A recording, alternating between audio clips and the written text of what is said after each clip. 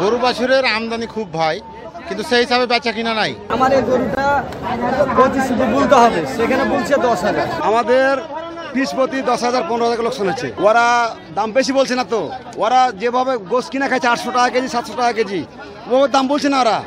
ওরা বলছে 500 টাকা কেজি পেলে ভালো হবে। আমাদের গরু বাছুরের আমদানি খুব ভাই, কিন্তু সেই হিসাবে বেচা কিনা নাই।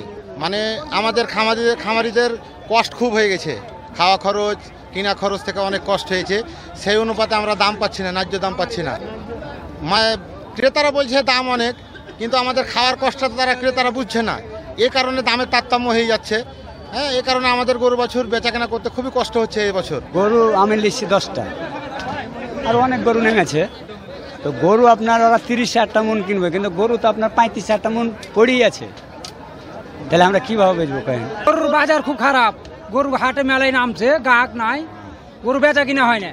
সামনে আর একটাই হাট আছে, কেমন করে কহবো, আল্লাহ ভরসা। গরুর দাম খাওয়া খরচ হিসাবে অর্ধেক দাম কইছে। ছোট গরুর দাম একটু বেশি মনে হচ্ছে, বড়গুলা যে কেমন হবে, ছোটগুলার দাম একটু বেশি।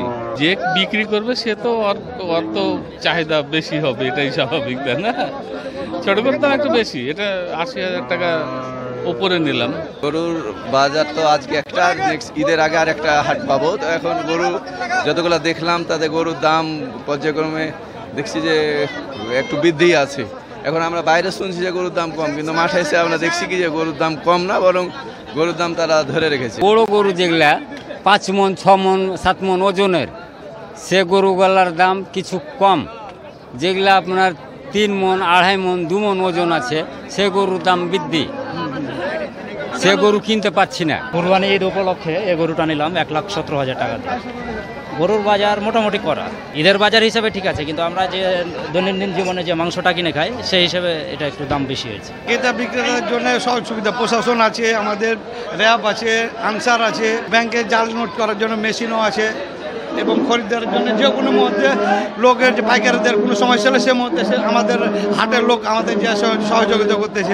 আমি যে আমি টাকাটা পেলাম চেক করে, আমার খুবই সুন্দর লেগেছে। মানে আমি হয়তো জাল, এর মধ্যে আমি চিনতে পারতাম না হয়তো জাল টাকা, সেখান থেকে আমি তার ক্লিয়ার আসলাম আমি, এই জন্য আমাকে খুব ভালো লাগলো। পুলিশ দেখেছি, কিন্তু এই জাল টাকা কে নিচ্ছে সেটা আমার চোখে পড়ে নাই, দেখি নাই সেটা। পবিত্র ঈদুল আজহাকে সামনে রেখে প্রতি বছরের ন্যায় এবছরও চাঁপাইনবাবগঞ্জ জেলায় আমাদের প্রায় 2 লক্ষ গবাদি পশু কোরবানির জন্য প্রস্তুত রয়েছে, এবং আমাদের এই জেলায় চাহিদা হলো 1,30,000, প্রায় 80,000 আমাদের গবাদি পশু উদ্বৃত্ত থাকবে।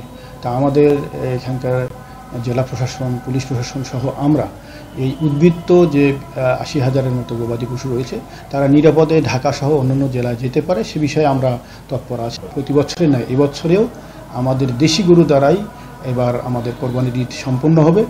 কারণ আমাদের যে খামারি ভাই রয়েছে, তারা প্রতি বছরের নয় এবছরেও তারা যৌক্তিক মূল্য পাবে। তারা যৌক্তিক মূল্য পাইলে তারা এই গরু পালনে আগ্রহী হবে। আশা করছি যে এবছরেও তারা যৌক্তিক মূল্য করে তাদের যে গবাদি পশু পালন করে তারা লাভবান হবে। আশা করতেছি যে এই ঈদে তারা তাদের নিজস্ব গবাদি পশু বিক্রি করে তারা স্বাবলম্বী হবে।